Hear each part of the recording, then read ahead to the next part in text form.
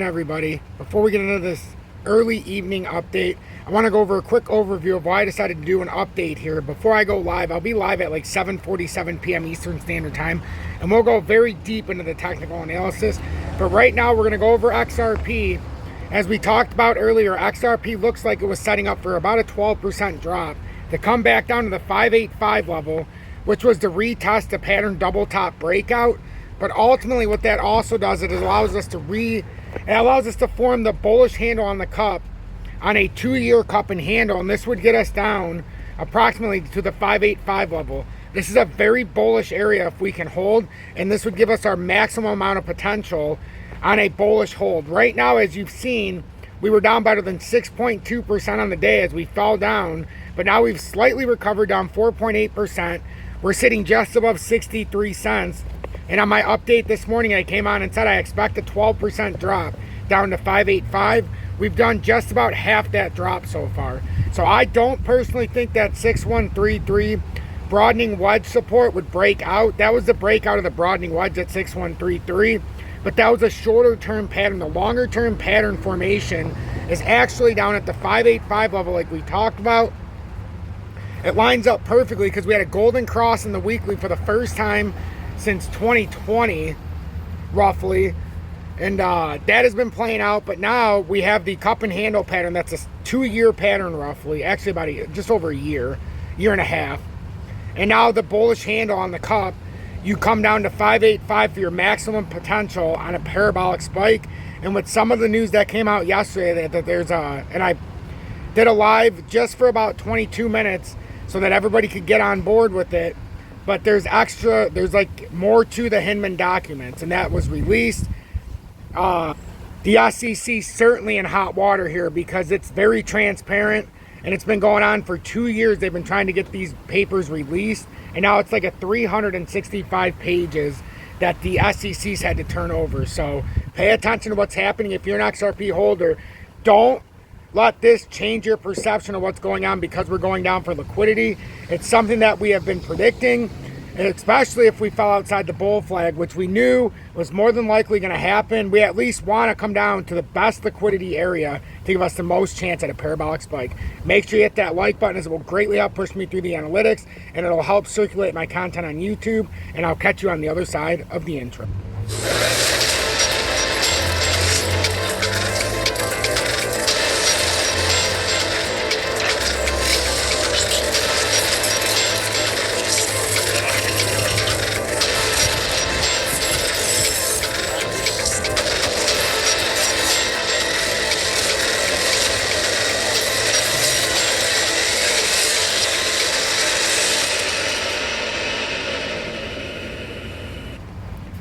Good early evening, 4:44 p.m. Eastern Standard Time on this Friday, August 6th, 2023. I'm XRP Future Millionaire, and I reside in the great state of Michigan. So as we can see, XRP has officially started breaking down out of the bull flag. Right now we're down 4.21%, and you can see it's broken down here. That's why we were targeting this morning. I made sure to make it as clear as I possibly could. And this was just this morning. I tried to make it as easy as possible. I just said XRP holders don't panic. XRP sets up for liquidity grab of minus 12.1% as death cross forms in 3-hour time frame. So now as you can see, half of this drop that I was talking about earlier approximately has happened. It's pulled up a little bit, but we were down better than 6%. Now we've pulled back up. We're still down better than 4%. If we come back into this chart, which makes the most sense, we broke down out of the channel as we anticipated.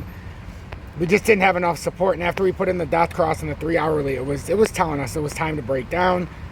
So that's why we talked about the 585 level. If we're going to have a big hold, 585 on the weekly is exactly where you'd want to hold. We can look at it from the daily. It actually makes it easier to see. But that 585 for this cup and handle pattern, this is a long-standing pattern. We're trying to make the bullish handle on the cup. 585 would make that perfect lineup and then swing back around. So that's why we're looking at that area, and we've been looking at it for quite some time. It's just a matter of if the bull flag were to hold, which we suspected the last couple of days that it was not going to, even though it was riding on the outside of it. It was just a downward consolidation, that falling channel.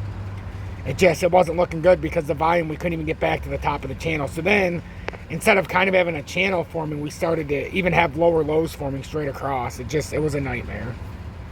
So now we had this nice move down. It looks to me like this isn't done yet. It looks to me like we're going to come down to the 585 level. Thank you very much.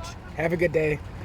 To the 585 level. And if we look at the volume portfolio, we had a big sell candle here in the 30-minute.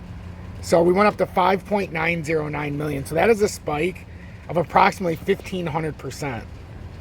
That's just the relevance of where we were. We're at 185,000, 350, 400. But look at the majority of these candles. You'd say you could get an average of probably around 300,000 in the 30-minute. We just had a sell candle that was approximately 15 times bigger than the candles we were getting. So that is a big candle. Now, if you look in the daily, as we talked about the volume portfolio, we were getting a nice, we had a nice push of volume in here. Look how small this volume still ends up being in the grand scheme. When you look at the big volume push on the way up, relative to what it's taken to bring it down, you're talking about on this daily candle here, 16, yesterday 20, or today 21 so far. So we've only got 3 hours and 12 minutes left, and still the volume portfolio is still so low. If you look at it in relation, this volume is still crashing. Notice, now we're going to be giving back over 30% right now. And again, this volume, it's non-existent in comparison to the run-up. So at some point, this is going to catch up to itself, and we're going to have a parabolic reversal. And our best opportunity out of the bull flag was at 66 cents. Our best opportunity overall is to bounce off the 585. I don't think the 6133 broadening wedge support would hold on the breakout. That was the breakout of the broadening wedge, and now that's the support. I think it's more likely that the 3-hour time frame is speaking to us. It told us we're overly bearish and we need to come down farther. And we knew once the 4-hourly cracked, it was just going to drop. That's exactly what happened. That's why I put this line all the way through, because that was, if we got rejected there, it was a quick drop. And I said 65 cents won't hold, and I don't think 6133 will likely hold. So could that be an overextension on this channel as it's been forming? Well, initially that's exactly what it did, because this channel has been very transparent. And for whatever reason, it likes to hang out in this channel, whether it does it all the way down to doomsday or not, down to the 585, that remains to be seen. But as you can see, for whatever reason, we like to hide out in this channel ever since we got to the outside of the bull flag. And again, we pop back up in here. It's just, it doesn't want to give it up. It's actually a little bit farther down, but you see what I mean. It doesn't want to give it up. It just pops back up within it. Whoops. Pretty much like that. So I think the writing's on the wall likely. It's probably trying to form our pattern down to 585. Became overly obvious when the 3-hour did the death cross, and now in the 4-hourly, you're approaching, if you have this candle close like this, be aware in the next 3 hours, if this comes down and we're like below 6133, you very well could confirm a death cross here in the 4-hourly now. Like I said, you have to match up to the weekly. So this is completely predictable when you come down. The weekly, we have a golden cross, but you got to come back down. That's why when this first happened, we said, how likely would it be for us to come all the way back down to 585 and do the traditional bull flag breakdown, retest, and then break out? So I'm XRP Future Millionaire. If you got anything out of this, make sure you hit that like button. Consider subscribing to the channel. And also, if you would like to pay it forward, join Tom's Army. If you're looking to trade XRP, your favorite crypto, video description below. FEMX, Uphold, BitGet, or MEXC, depending on your liking. Uphold and FEMX in the USA, you don't need a VPN, but the other ones, they don't accept you in the USA, so we've had to find alternatives. I'm not going to judge you what you use, but I'm also going to put what I use down in the comments below. So positivity over negativity. Don't be shocked at what's happening here. XRP holders, this is not a shocker. You knew it was coming. I believe 585 is on deck. So we'll see what happens. Unless we can break back to the top side and out of this channel, it's going to be a little bit of a slippery slope here to finish off this 12% drop that we talked about earlier. We've done about half of it. Now we'll see where we consolidate. Stay blessed, everybody.